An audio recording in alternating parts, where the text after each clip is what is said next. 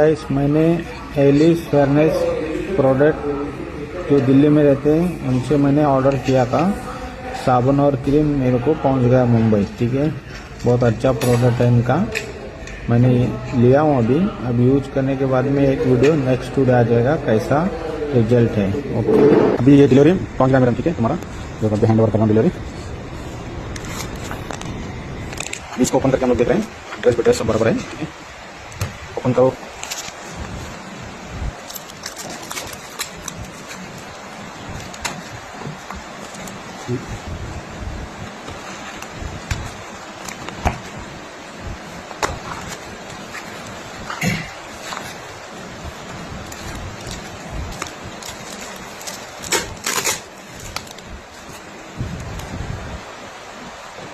ये दो साबुन और नाइट और डे का क्रीम है।